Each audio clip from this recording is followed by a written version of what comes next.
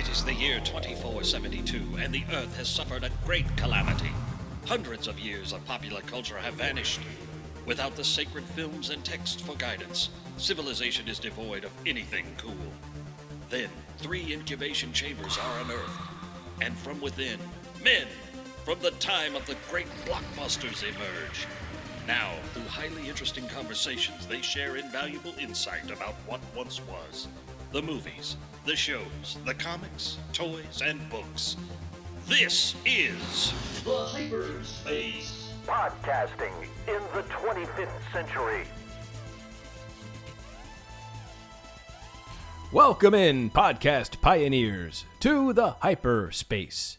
Podcasting in the 25th century. The interweb's first and yet still only podcast. My name's Matt. I'm Jared. And I'm Mike. Gentlemen, big news today. Big news? Big news.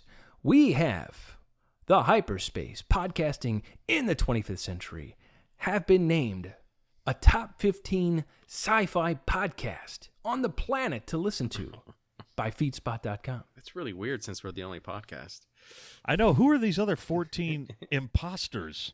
Well, they're filling slots. I think we're actually all 15. But yes, thank you, FeedSpot, for recognizing the hyperspace. We'll certainly put a link in our description for the list. Maybe they're talking about our individual episodes, perhaps. Fair point. They're we like, have 15 great. I mean, we have over what? We have 60 episodes. We have 60 episodes live right now. Top 15. Yeah, the top 15 episodes of the hyperspace. I mean, that's like choosing between your favorite children, which is Yeah. after you get past 10, you can't choose anymore. No, that's true. Only Matt has that problem amongst the three of us. This is true. But yeah, we'll link the list in our description for this show. So go check it out. We're very proud, and we'd love for you to check it out and subscribe and check out FeedSpot. Give him a look. Yeah. But Awesome. but that's not the only news, is there? No, there's other news going on for certain. What? What are you Should we talking get- about? Should we I get? think- Should we just get right into it? Let's do it. Okay, here comes the news.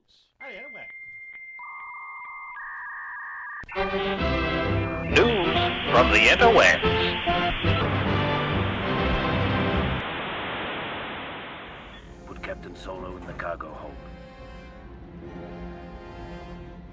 That's right, ladies and gentlemen. You've just heard the dulcet tones of Tamora Morrison, The father from Moana? the father from Moana, yes. But also, before he was the father from Moana, he was the bounty hunter Jango Fett. Oh, of course. And he has subsequently been made through the various special editions of the Star Wars films. That's a term we call retconned for all you Okay. people listening. Retconned. He has since been retconned as the official voice of Boba Fett. And our good friend Tamora Morrison, as the Hollywood Reporter announced recently, is returning to the role of Boba Fett for The Mandalorian Season 2. So I guess he survived after all. So How much fun will this be? I think it's going to be awesome. But you know what I thought? Hear me out. We have semi-confirmation of a live-action Ahsoka Tano. What if Tamora Morrison is not playing Boba Fett? What if he is playing Captain Rex? Whoa. Eh? Throw you off the scent. Possible. But That's a distinct possibility. didn't we already theorize that was, or speculate is a better word, Well, that we saw Boba Fett at the end of an episode? Yes. I think it true. was very. I mean, it's not 100%, but you're in the high 90s. He could be both of them. That was Boba Fett's foot, and he could be both. Yeah, You're right. He He could could play be both. both. I mean, I think that would be really cool to have, an old grizzled Captain Rex. He has since been retconned as the Imperial or the Rebel soldier with the white beard. Is that in Return official? of the Jedi? Was that Yeah. officialized? That was officialized. So that was retconned as well. that. So we get a glimpse of Rex in Jedi, as an older gentleman with a full beard.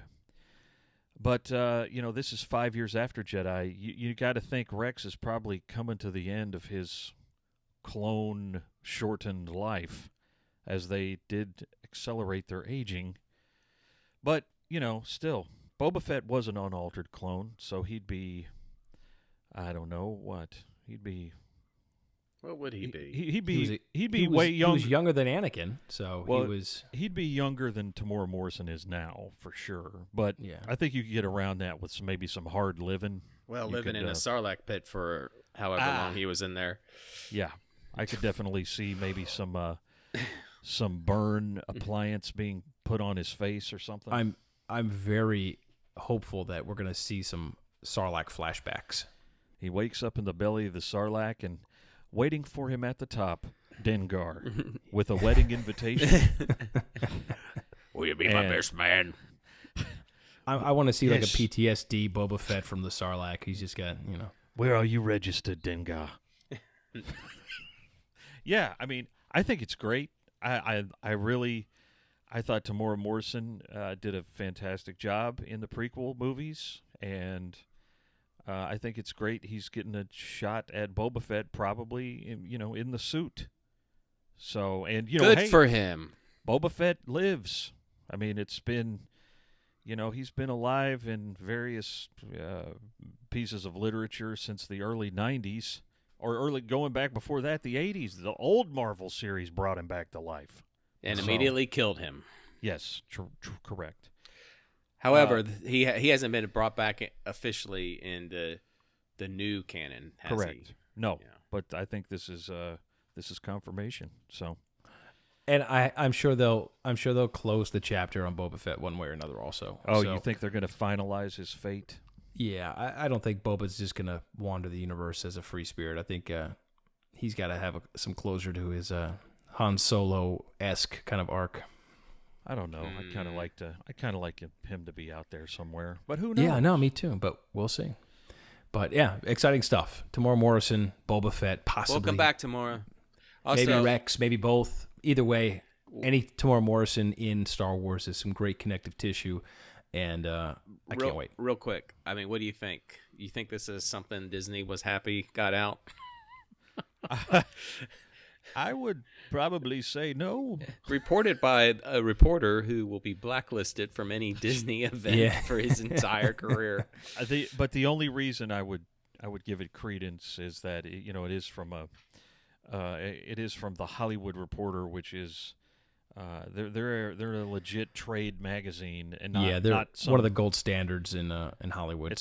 It's not some fly by night podcast. You know what I'm saying? So I think that this is probably true, and I think they probably would have rather the Ahsoka news not leaked out either. Mm-hmm. I think that was from Variety, if I'm not mistaken. So that I could see them promoting a little more. Loose lips sink ships. If we're going to see Ahsoka and Boba Fett and possibly Rex in season 3, man, season 2. No, season 2's already in the can. Oh, that's true. That's true. So right. I'm kind of guessing we're going to be seeing that in season 3. Oh, well, like that's ever stopped them from casting a character. Yeah. It's fair. True. Pedro Pascal was only in the last episode of The Mandalorian. No, you're right. That's true. But I have a feeling it's probably season 3. But hey, if I can get him in season 2, all the better. Yeah. All right. That's awesome news from the interwebs. Well, I tell you what, guys. We've got a heck of an interview coming up in just a few minutes with a gentleman who is a jack of all trades in the film and TV industry. Let's just go through some credits here. Yeah. Fast and the Furious movies, Hunger Games, The Walking Dead. Yeah, and a few Netflix shows nobody's heard of called Ozark and Stranger Things. Yeah, this guy's all over the place, and we're looking forward to picking his brain as an Ager Dyer in the film industry right now, which we'll tell you more about when we talk to Mr. Paul. Yeah. But first, I kind of want to get a little random with you guys. What do you think? Let's do it. No, I'm not doing it. Random access memory. All right. This segment of the show, we ask a random question and see what comes back. So, guys, I've got a random question for you. It's something I stay awake at night concerned about. So I kind of want to get your take on it. If you were a astronaut on a mission to the moon or Mars or whatnot, an extended mission that was going to have you in space for a long time. Yes, I'd get implants. No, we've covered what you do with your teeth. That's very important. No. In your opinion, what would be the worst quirk you would have to put up with from a crew member? Man. What would be the most annoying thing in the world that you would have to be stuck in a small enclosed ship for months or years at a time? Well, That I would can drive you nuts. just apply this to, my what I do at my job. I'm trapped in a small room for long stretches with a lot of people. I'd have to say, if somebody was like super gassy, that would just make me laugh. I would think that was funny, unless it was like an open grave. Then if it was putrid, that wouldn't be funny. But I've worked with Mike enough, and we've worked together, and he does it on the podcast frequently. He'll be sitting there, and then you'll hear this, and he doesn't even react. That's what's even the best. He's just sitting there, and he'll kind of grin and see if we caught it. If we don't, he doesn't say anything. He just lets us keep going. But yeah, maybe. So I don't think that would bug me too much. You know what? What just gets on my nerves is just a constant, like a chatterbox. Like if somebody was sitting next to me, just, hey, so what do you think about this? Do you think that's cool? I mean, what about that? Hey, did you check the O2 levels today? It's really crazy. People who just don't stop talking and don't understand like when the natural close to a sentence is. Mm-hmm. That is kind of a pet peeve of mine. It might be a rough one to be stuck with. Yeah, I agree. Yeah, if you're just the kind of people you see them coming and you sort of like you take a hard left in the hallway, so you don't have to, or you go to the bathroom so you don't have to interact with them. Yeah, there's people like that. If I was trapped on a ship with them, I don't know. There maybe have to be a conversation after a few months. Like, hey, look, I don't want to talk to you. I'm not interested in what you did yesterday or today. Please leave me alone. So I think it's probably the overly chatty person. All right, that makes sense. Yeah. Mike, what about you? I think people that I can't stand being around or working with is people who don't feel appreciated. And like every single thing you ask them to do, it's sort of like, hey, can you stir the oxygen tank? Well, who's asking? Well, my boss. Oh yeah, F figures. Yeah, I'll do it. You just described my daughter. It's like every single thing is like, well, this place is stupid. Okay, yeah, I guess I'll do that. I won't get any appreciation for it. Yeah. Could you do that for me? Sure. Oh, I guess they're not going to say thank you. Well, what, for doing your job? Boy, that would be for doing the thing that you're literally being paid to do. What a failure of a screening process to get them on that select mission, huh? I mean, I would. Well, I guess I'll go to Mars, but I mean, does anybody give a crap? I mean, but you know who I'm talking. You know the kind of people I'm talking about, right? Absolutely, sure, 100%. It's like, hey, you have a job, you're able to put food on the table. Is it perfect here? No, but it's not slave labor. So could you just please shut your mouth? Yes, I run into that frequently in my day to day, both at work and at home. That would probably be definitely like an airlock accident situation. What about you, Matt? Mine's a little more visceral, I think. And it stems from an experience I had years ago, probably about almost 20 years ago now. So all three of us have worked in live television. And there was an instance where there was a show host I used to work with quite frequently who wasn't very bright. But after the show, she would frequently come and sit next to me in the booth. And for some reason, every day, which I don't even know how it's physically possible, she would clip her toenails. What? By putting her foot on the Are you desk serious? next to my controls. And I'd have her toenails flipping off my controls as I was trying to work. What? No, Yes. that's not true. Oh, it is 100% true. So this host would sit there with her giant claw feet, clipping her velociraptor claws off, and they'd be banging off my controls, my headset, and I'd tell her every time, I said, What? You have to stop. You have to stop. And she never did. And I don't understand why. It's just the most impolite, gross thing in the world. And you have like one stuck by your like mic button. And you don't wanna, no. Yeah. So I think that if I was stuck in a tube going to Mars or the moon or whatnot, I think somebody who was incessantly cutting their nails or their toenails, letting them fly around, would probably be my worst nightmare. Yeah, Because that's terrible. Man, what the heck? Now, you know what I remember, though?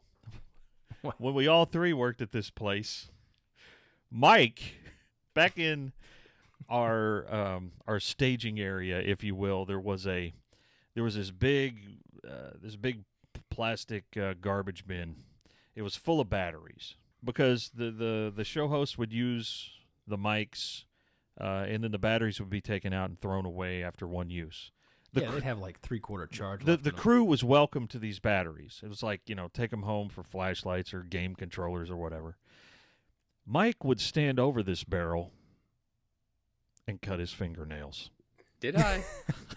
I don't remember doing Yes, that. you did. You were one of those people? You were taking. You're not going to the moon with me, man. You're staying home. I remember. You're going to get airlocked if you go. I don't remember doing that. I remember you doing that. Savage. What a savage. You were doing that in front of our friend Dan, and Dan was like, "What are you doing?" You're like, "I'm just cutting my fingernails." He goes, "That's not a trash can, man." He's like, "Oh, it's okay. It goes to the bottom." Well, my logic's sound. Bacteria is gratuitous. That was. And you're throwing your nails in. That's not right. That You was savage. funny. I never knew that. That's okay. I mean, Mike. Neither did I. I forgot about that. Yeah, but it's okay. Well, at least it wasn't your toenails. Good grief. Yeah, big, heavy Jeez. toenails bouncing around, ricocheting off like, Well, that's- like shots in I Predator. mean, However, you got to think we'd be in 0G, so they'd just be floating around the cabin. oh, that'd be the worst. That's even worse. You know like one hit of you in them the, would- in the face, You know in one your would hair end up when in you your wake mouth. up. I know. You'd crunch down. You'd be like, wait, that's not my liquefied beef stew I'm drinking from a pouch. That's crunchy. What? In the screening process, they're gonna have to really, really figure out these people who have an OCD with their nails. Yes. Can't bring them on. Oh, bad. But yeah, gosh. all right. Thanks for humoring me on my random thought. It keeps me up at night, guys. Okay, well, now you can sleep easy. All right, guys. I think we've randomized enough about space and toenails. I think it's time we establish connection with the 21st century. Let's get Paul on the line. All right. Well, this is going to be tricky, Matt. We are sending a signal back through to the 21st century from the 25th. We've done it before. We have, but I've given this line a test, and it may sound a little off. Well, I mean, we're probably using the last of those batteries from the bucket, so we don't have much power left. So and they're infected with Mike DNA. So we'll try our best. So we're gonna get Paul from the 21st century here. Hopefully we can get some connection. Let's try it. All right. Can anybody hear me? We found something. Transmissions. The Hyperspace Interview. Transmission commencing.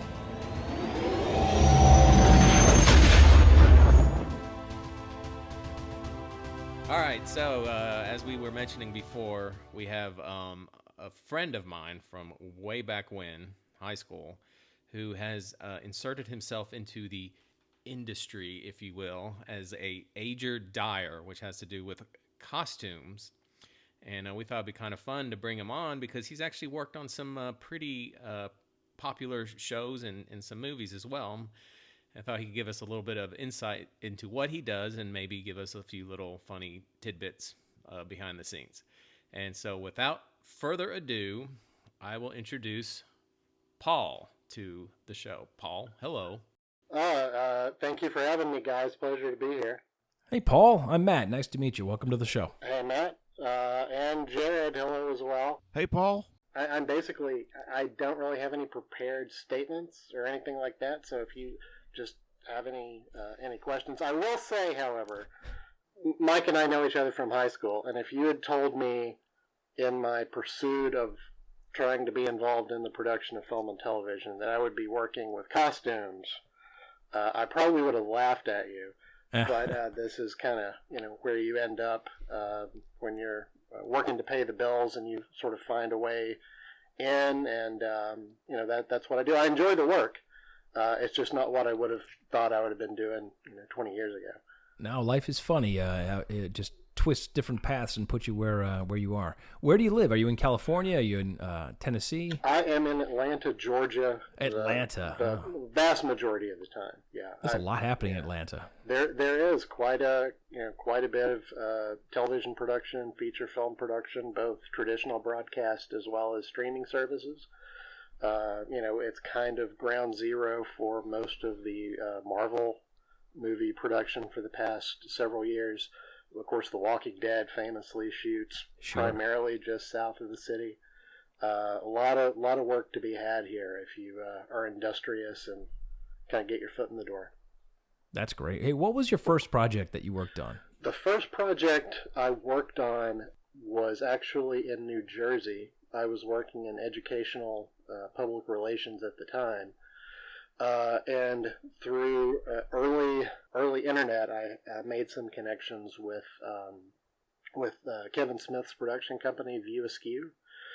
And he had a deal with Miramax at the time to allow him to produce these low-budget features. And all of those ended up getting a release in one way or another, except for the one I worked on, which was sort of a sketch comedy called Big Helium Dog, which I've seen a couple of times. It played a couple of film festivals, but it is in no way available. It might be on, some torrent site or something, like a really low quality, but you can't buy a DVD, you can't, but I was an unpaid production assistant. I actually, slept in the office a couple of nights, and that was about 3-4 weeks in New Jersey, and it was a great experience of learning how to do almost everything. I held the boom mic one day when the sound guy had to leave for whatever reason, and it was just a great learning opportunity to kind of be involved with every part of the process. Even though, of course, I was technically just a production assistant, you sort of ended up doing everything, kind of. And that's where you started. And I see that you've worked on Mockingjay 1 and 2. I see Constantine, the NBC series. Yeah. The Walking Dead, you mentioned. The Fast and Furious 8 you worked on? I did work on Fast and Furious 8. I never had to go to set. It was just constantly working in the shop to be sure things were ready. And on Fast and the Furious 8, there were 3 of us at times kind of doing the work, aging and dying. So I'm going to ask you to turn back the clock a little bit. What path did you take from production assistant to working in costumes? Sure. I, again, was always interested in working in film and television. That was, I always pictured myself, of course, as a writer, and I still write when I can. And actually, I want to interject real quick. Yeah. Just to piggyback on what Paul just said. And Jared, you remember my movies Geek Patrol? Yes. Paul's in them. Oh, okay. I did some ADR in one of those. Oh, that's right. You were the alien. You remember the alien, Paul? Oh, yeah, of course. That's one of my favorite gigs. One of my favorite jokes. That's Jared's voice. Yeah, live long and prosper. Yeah, got a laser gun. Yeah. That's a great gag. Yeah. so Sorry, that I didn't was mean to cool. interrupt your train of thought.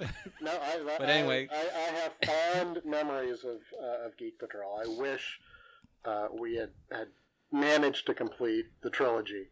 We actually shot some scenes for 3, which never happened. But yeah, I think Matt is actually at a disadvantage here because he may not know this tortured history where Mike basically took everyone who worked at this now defunct place called Shopping Home and basically conscripted everyone in this production facility to help him make this movie. And it was quite something.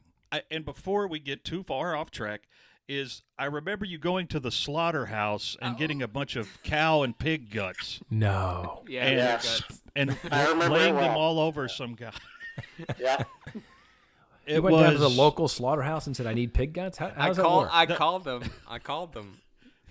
They And, gave him a Like a big drive-through or something? Oh my God, they gave me so many. I was no. I called them. I called them beforehand, and I told them what I was, because one of my favorite movies is Night of the Living Dead, and that's what they did. They had like sheep guts that they used for the scenes, and I thought, well, I want to do that too. So I called a slaughterhouse, and thank God they gave me a pig and not a cow, because they gave me like 2 or 3 pigs worth of insides.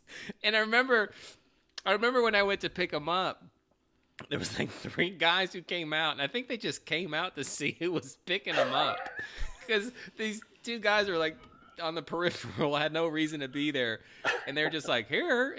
I was like, thanks. And then so that was.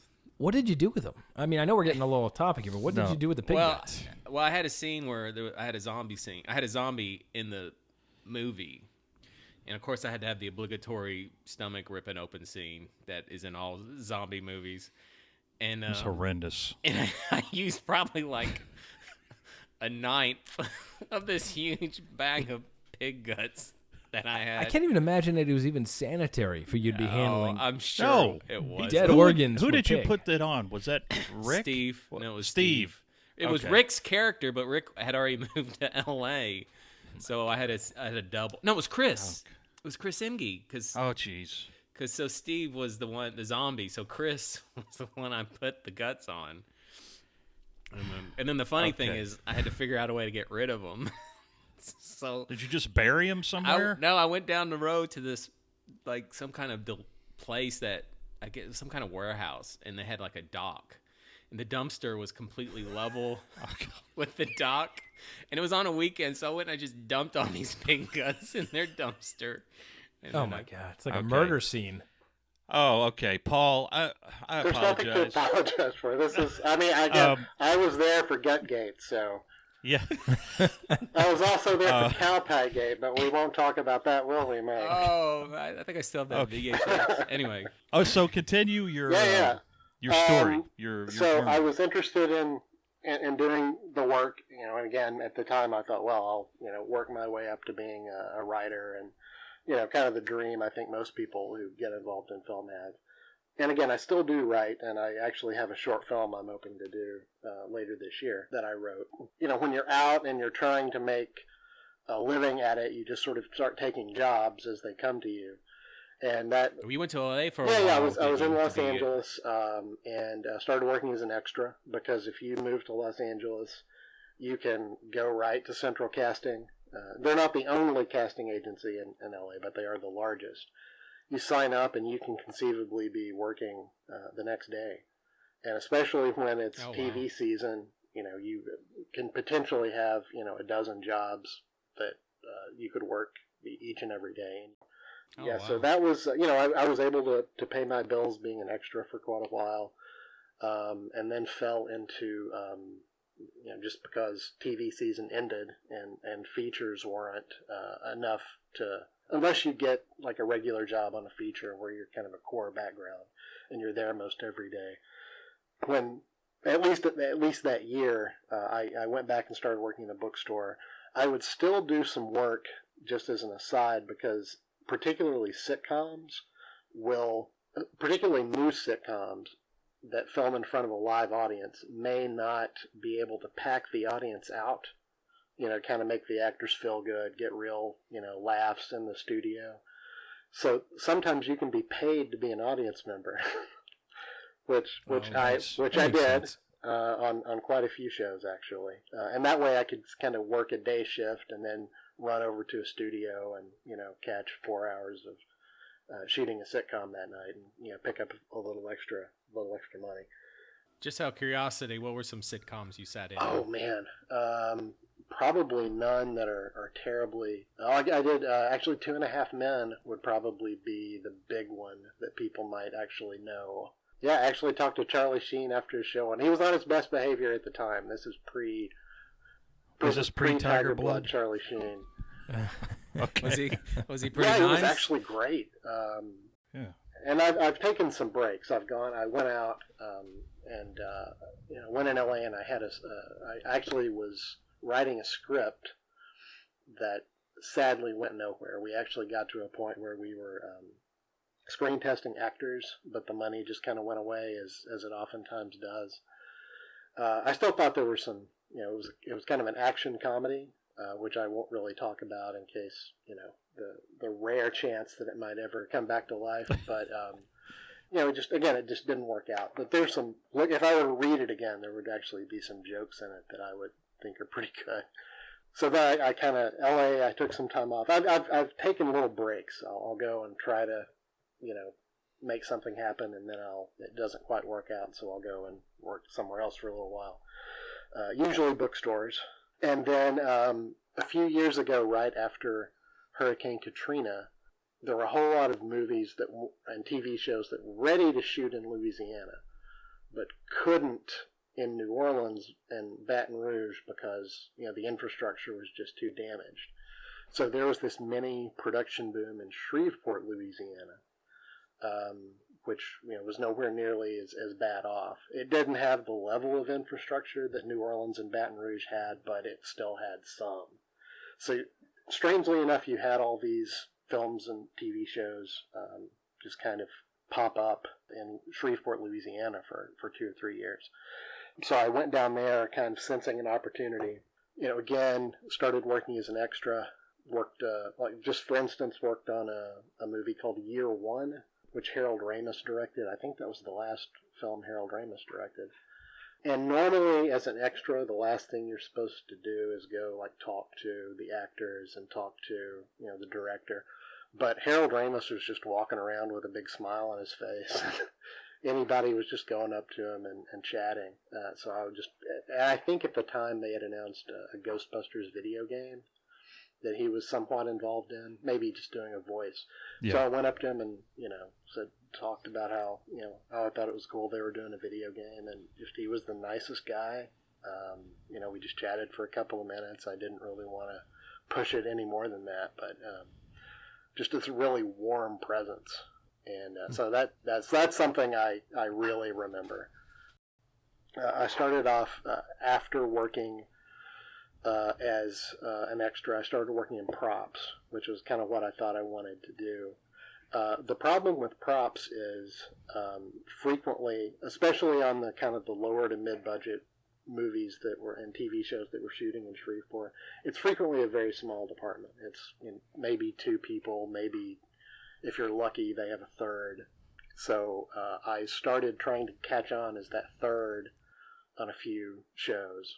And probably the thing I'm happiest with is the James Gunn movie Super. I worked on that, yeah, and it was very rough. It was very long hours. The budget wasn't crazy, so you didn't have a lot of luxuries. And I remember we were also shooting in the winter, and there were nights it was just brutally cold. But a project that when I finally saw, I was like, yeah, this is a really cool movie. I'm glad to have been involved in it. I ended up moving from props to costumes just because I knew people in costumes, and it tends to be a larger department. And then what happened was I was working on the last 2 or 3 weeks of a Nicolas Cage movie called Drive Angry. After Drive Angry, since Nicolas Cage was in Shreveport, they had to do reshoots on a movie called Season of the Witch, this medieval knight thing with him and Ron Perlman. And I got hired again as a production assistant on that.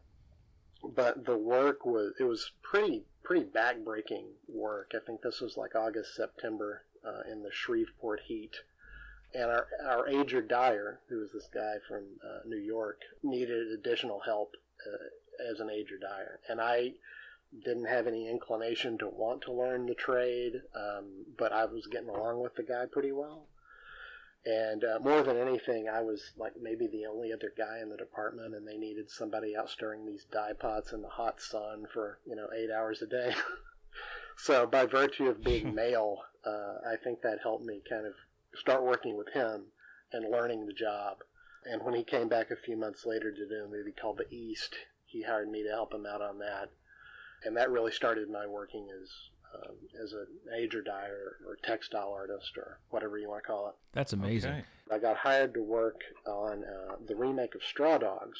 And strangely enough, the costume supervisor on that is from Knoxville. So I got to know her pretty well on that shoot. And then when she and the costume designer from Straw Dogs got offered a pilot in Atlanta, and I could sort of see the writing on the wall that Louisiana was probably going to start drying up, and Atlanta was just closer to home. And I had some family reasons that it was a good idea to be closer to home at the time. And so I just kind of made the move to Atlanta, and I've been working here steadily for the last 6 years or so. So you kind of got a sense that things were about to hop to to Atlanta? very much so. Yeah. And I think that's been proven to be the case. What's the most challenging movie that you've been an Ager Dyer on? Probably Mockingjay, just because there was so much physical work to be done. A lot of particularly at the beginning, a lot of 6-day weeks. And basically something like Mockingjay, every piece that gets put on an actor is it's a costume. I mean, it's not like street clothes. You can't just put them in a t-shirt and a pair of slacks or something. So every piece has to be touched and aged down. And there were a lot of extras dressed just as much as the main actors too in that. Oh, very much so. Yeah, I mean, and plus we had a lot of specialty costumes. And the thing about specialty costumes, like superhero suits or things like that, is they're never as durable as they look like they should be.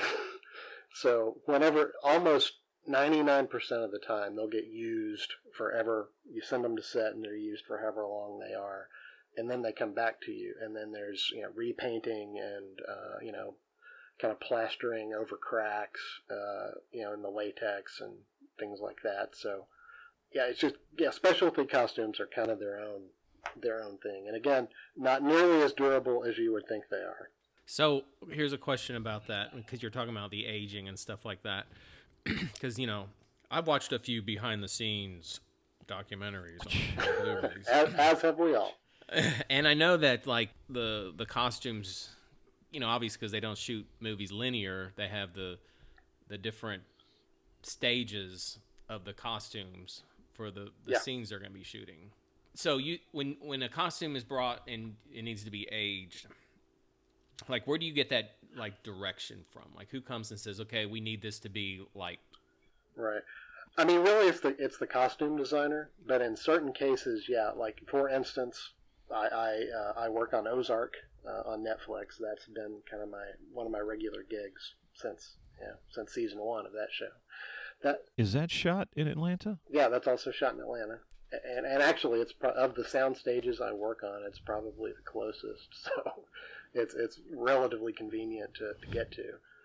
And for instance, this season we have a character who is captured and tortured, but we had to on OZARK. On OZARK, yeah. I'm just joking. I've seen the show.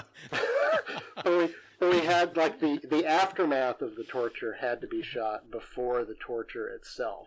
So you have to have conversations with the assistant directors, sometimes with the actor, to determine kind of if they have thoughts about the way the clothing should look. And so it becomes a conversation about how much wear should actually be on the clothing, how dirty should it be, if there's blood, where should the blood be spotted, how much blood, and yeah, these are, sometimes conversations that have to be had, with, 2 or 3 or 4 departments so that everybody knows what, so the right hand knows what the left hand is doing, sort of. And it's not always easy, but you kind of do your best and hope sometimes. So let me ask you this. What's something that stands out to you when you've been watching a movie or a show you've worked on that you've been directly responsible for? Yeah, that's a good question. I mean, I think generally, if you notice it too much, then maybe I've not really done a very good job. Well, I'm talking about to your eyes. Yeah, to my eyes. Yes. Well, I go. I sort of just mentioned it, but it's sort of fresh on my mind. Is that Ozark scene, because I just remember how much concern I had over it looking right. I remember how much our costume designer had concern about it looking right, and I was told, so there's an anxiety because you don't want to send something to set and then hear back, oh, it was terrible, they didn't like it at all. So the fact that I sent it and the word got back to me that everybody was entirely happy with it, and then when I actually saw it on screen, I thought, yeah, that actually looks right, based on the level of anxiety that I had for it. So that's fresh on my mind. So that's as good an answer as I can probably give. So you've worked on all 4 seasons of Stranger Things. I kind of came in very near the end of season 1, and I have been involved with the show in 2 and 3.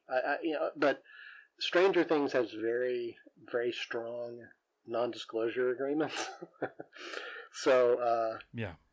So you can't tell us what happened in season 4? No, I mean you've seen the teaser that they shot, and I'll let that speak for itself. Yes. Okay. Well, we don't want to get Paul in trouble. So don't stop trying to do that, Mike. I'm just trying to get him arrested. Yeah, but it's I think it's just like Ozark. The crew on Ozark is really second to none. There's a big reason why that crew keeps coming back every season. Largely the same thing with Stranger Things. Like a whole lot of that crew comes back every year. And I got to ask you a question. Yes. In season 3, were you responsible for the 1982 World's Fair T-shirt that a character is wearing? There are 2 1982 World's Fair T-shirts actually in that scene, the carnival scene. And would you have had anything to do with that? Not at all. That was just stock that was purchased. When I saw it, I was very happy to see it. Yeah, like Knoxville native, I thought. I will say that was one of the few times, most of the time, I don't go to set. But there were so many people involved in the carnival scene that they sort of needed all hands on deck to sort of help manage all the background. So yeah, I actually did go to set for the carnival scenes, and I remember seeing the 1982 World's Fair T-shirt and kind of perking up a little bit. So Stranger Things obviously is having a good run. Have you noticed, has the production itself gotten bigger, or have they kind of kept their DNA the same and they just keep churning stuff out? Well, I think the DNA is the same. It's just what they require has grown exponentially every year. It's just, it's a bigger show. There are more resources that can be expended to make the show look sort of and feel bigger. And of course the kids are growing, and that's an interesting thing from the perspective of aging and dying, because let's say a kid starts a season and he's wearing a size 8 shoe, and you have 3 or 4 of those in his closet, as backups and stunt and whatever may be the case, and then 3 months into the shoot, maybe the kid's a size 9, so you have to go and redo their entire costume, and it has to look the same. Yeah, distress on the shoes. You guys are probably like, when are these kids gonna Get out of puberty, for the love of But God. they're a bunch of good kids, so not much more can be said about that. But I mean, it is it is a challenge. It's a tough show to do, but it's kind of enjoyable working on something that people respond to so well. Would you say, like, having worked on the first one and then going into the second one, were people, like, when you got to the second one, were people surprised by the level of success that it had? The best way I can sort of illustrate it is during the first season, and again, I only helped out a tiny bit near the end, but the area where they shoot, I've been on that lot. I've worked on several projects on that lot. And the first season, nobody cared. It was just another show that was shooting on the lot. And then, of course, it came out, and everyone loved it. Or most everyone loved it, I guess. And so when I started on season 2, I remember walking into the production office, and it had already been going for a couple of weeks at that point. And I walk in, and it wasn't the same office staff from season 1, I don't think. And I got this, who are you? It's like, don't worry, man. I was here last year, and but there was a level of understanding that we kind of got to keep a lock on this thing if we want to avoid people, spoiling it or finding out too much and leaking our surprises. Okay, another question. One person I'm curious about, and like I said, you don't have to say anything nasty or anything. I'm just kind of curious. Is someone who's been interesting to watch their career, especially when he started as a child actor and then he kind of went away for a while and he's sort of like had a really strong resurgence, is Jason Bateman. Have you met him at all? I mean, what's he like in person? Or yes, I have met him. Very briefly back on season 1. But again, I mean, most of the stuff I do, I don't need to interact with the actors. And if I catch them and have a chat with them, it happens occasionally, but it's not what I'm there for, and I don't want to bug them. I met him very briefly in season 1, and had a chat, and he just seemed. I mean, he can be very businesslike. I mean, he wears a lot of hats on that show, and he's a very busy guy. But chatted with him a couple of minutes. He seemed perfectly great.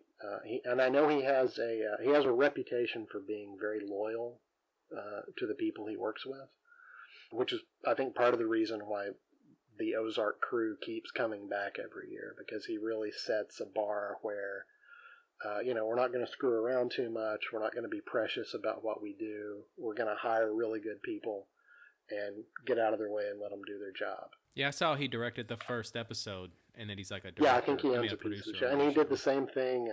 He directed the first couple episodes of The Outsider, the Stephen King adaptation. I actually came in and it's the same costume designer.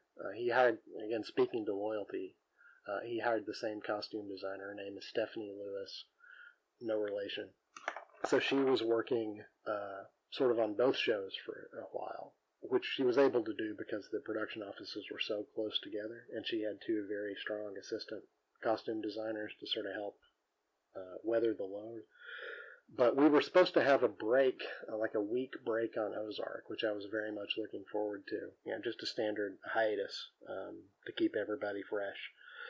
But at that time, they were getting ready to shoot episodes 9 and 10 of The Outsider. And if you've seen that show, there's quite a bit of carnage in episodes 9 and 10.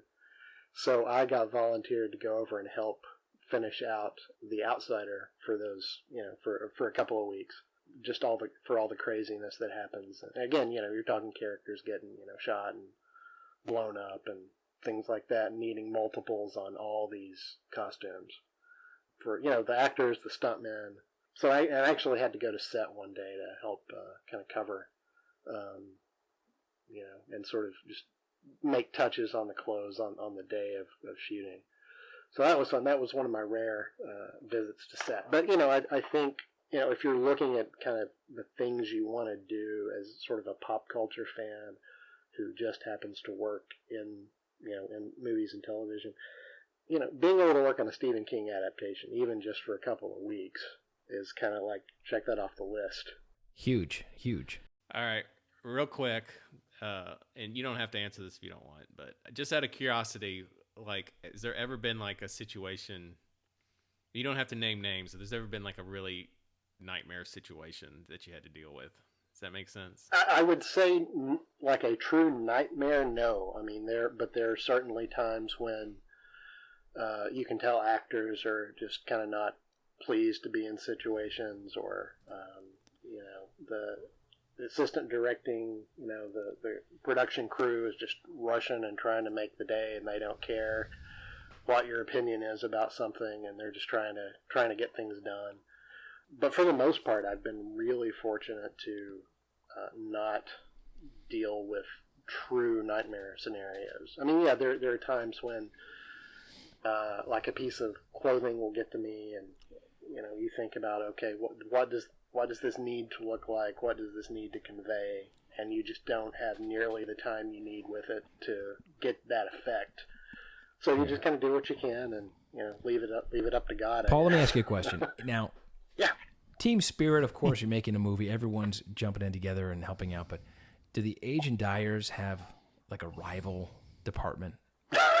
I mean, is there like one department that is always like, that's God, those guys? Well, I will say that, and this is kind of on the face of it, no. But I'm not talking face level. Sometimes. Well, and again, this is as someone who used to work in props. I have been in situations where and again, I great respect for people working props. I did it. It's much more difficult than you might think, because anything classified as a prop is on camera, frequently being touched and used by the actors. So it's right in camera. You can't mess with it. But I have had situations where prop departments don't want to do their own aging. So they just kind of bring it to you and expect you to sort of do the work. Where do you want me to put this? I'm almost done with my day, and here comes props with a bunch of sleeping bags or something, or backpacks. And it's like, well, you do this, don't you? I'm like, well, kind of, but when I worked on props, I did this myself. I didn't go to other departments to do it. Now, sometimes it makes sense, because let's say it's a backpack, and it's on a character that's sort of aged in a very specific way. It makes sense to let me do it so that the costume has some continuity to it. But for the most part, yes, if there is a tiny thorn in my side from time to time, it's props. But again, it's become sort of rare. Like I don't have that happen very much. Sure. All right. Well, I want to add one thing, and this doesn't have to do with what Paul does, but anyone who has followed our podcast from the beginning, all three of you, there was a story I told that was pretty popular about my car with the lining overhead. Yes. And I said my friends would walk out of the car and they'd have fuzz all in their hair. Yeah. When I told that story, Paul was one of the people I was specifically I do. thinking. And I also, it should be mentioned the achy breaky heart story from a couple of weeks ago. I was present. Oh, that's right. That. Paul was there. My first real job was at that theater for a couple of summers, and then later, of course, I quit. But it was the theater where, and again, it was sort of run cheaply at the time. The kind of place you could imagine technical errors happening. Well, here's one, Paul, and I'm sure you remember this. We went to see Robocop 2 the night before. Because we would screen, we'd put, you'd get the reels, and they put it together, and sometimes I would be able to get friends in to watch the movie early, like at 2 a.m. before it opened on Friday. Okay. So this movie was about Nuke the Drug. Yes. So we're watching the movie, and I guess we're about 2/3 of the way through, and all of a sudden, everything's upside down. Yeah. And I think like running backwards or something, and it was blurry, and we're all like, yeah, we thought it was for a minute we thought this is some kind of nuke the drug Nuke is like causing everyone to like have these weird fantasies. To go crazy.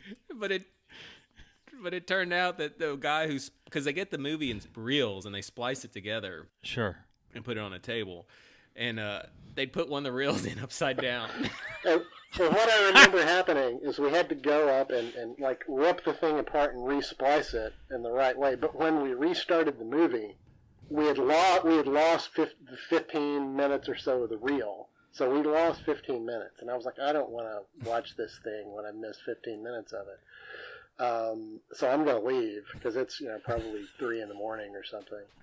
And what I remember very specifically is the next reel started up, and Robocop's on like a chopper or a bike or something, and he's peeling out, and so I'm walking out of the theater because I just, I don't want to see the movie. Yeah, and Mike stayed, but I remember this image of Robocop like peeling out on the bike, and Mike just has his hands raised up, like cheering, like, yeah, Robocop, as I'm walking away. What?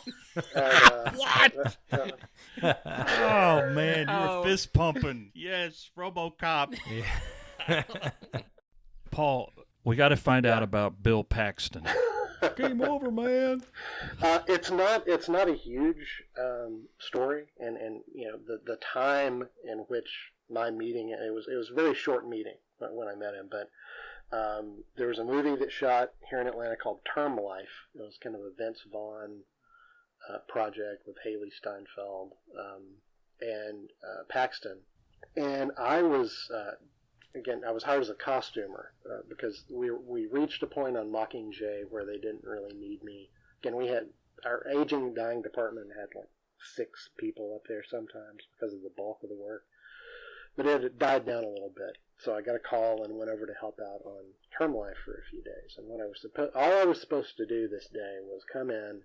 We had a scene where we were going to have some cops the next day, so I was supposed to go in and fit our extras who were supposed to be, in the cop costumes the next day, so we didn't have to rush them. And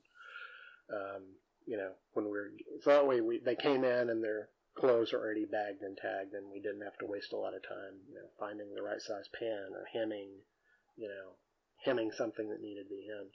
So yeah, I was just kind of finishing up with that. I was on the costume truck, and Bill Paxton came on, and he went to talk to somebody, probably the designer.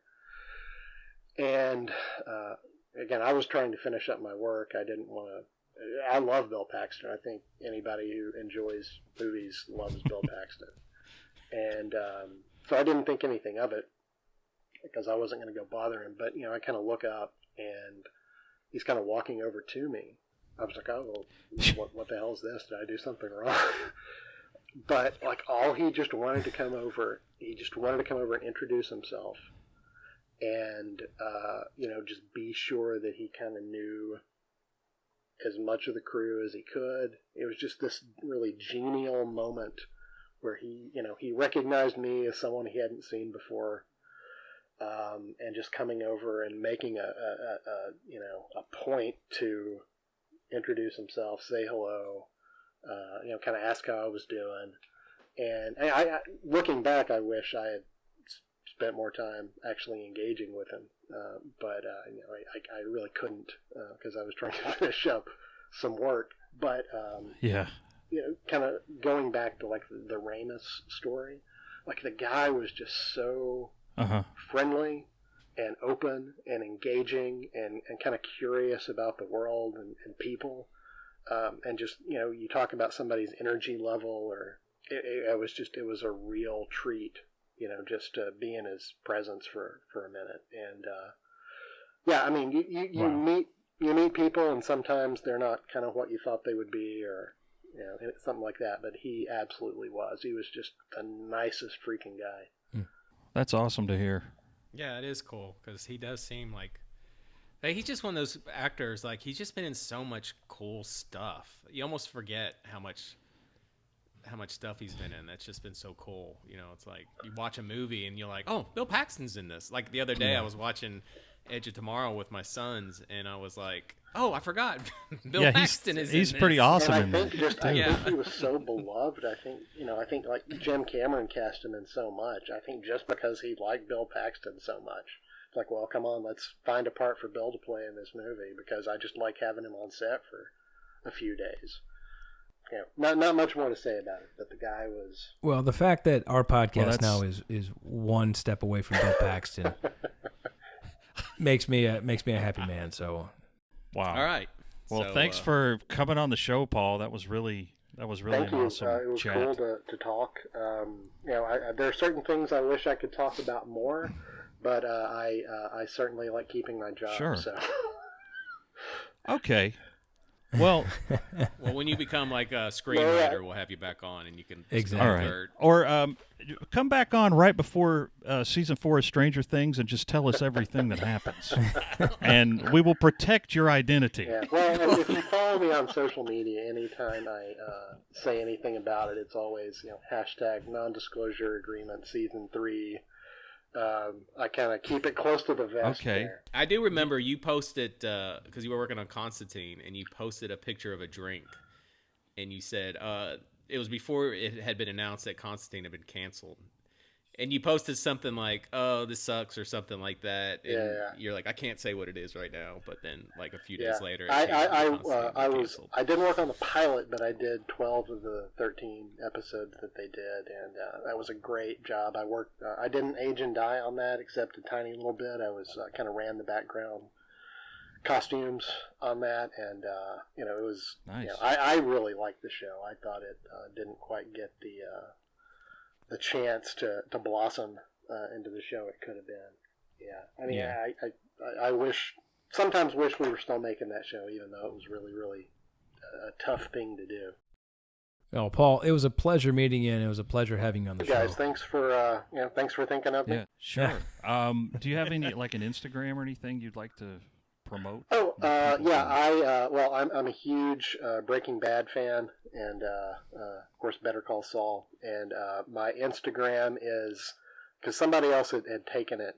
Instagram is @OneWhoKnox. That's the numeral 1 WHOKNOX. Because I'm from Knoxville. Okay. Ha ha ha. Knoxville. Ah, yeah. I see what you did. And Twitter @THEONEWHOKNOX. All right. Well, again, thanks for coming on, and please, like I said, feel free to come back and spoil Stranger Things 4 for us. If you ever want to, I'll tell stories, off the record, but Okay. Officially. All right. Well, I'm going to pit stop right now, and you can keep going. I'm not recording. I promise. What I know of season 4, I think it's going to be pretty exceptional. I think it's going to continue the strong seasons that they've been producing. Well, they haven't let us down yet, so. Thank you, guys. I'm going to bow out and hopefully talk to you guys again before too long. Absolutely. Thanks, Paul.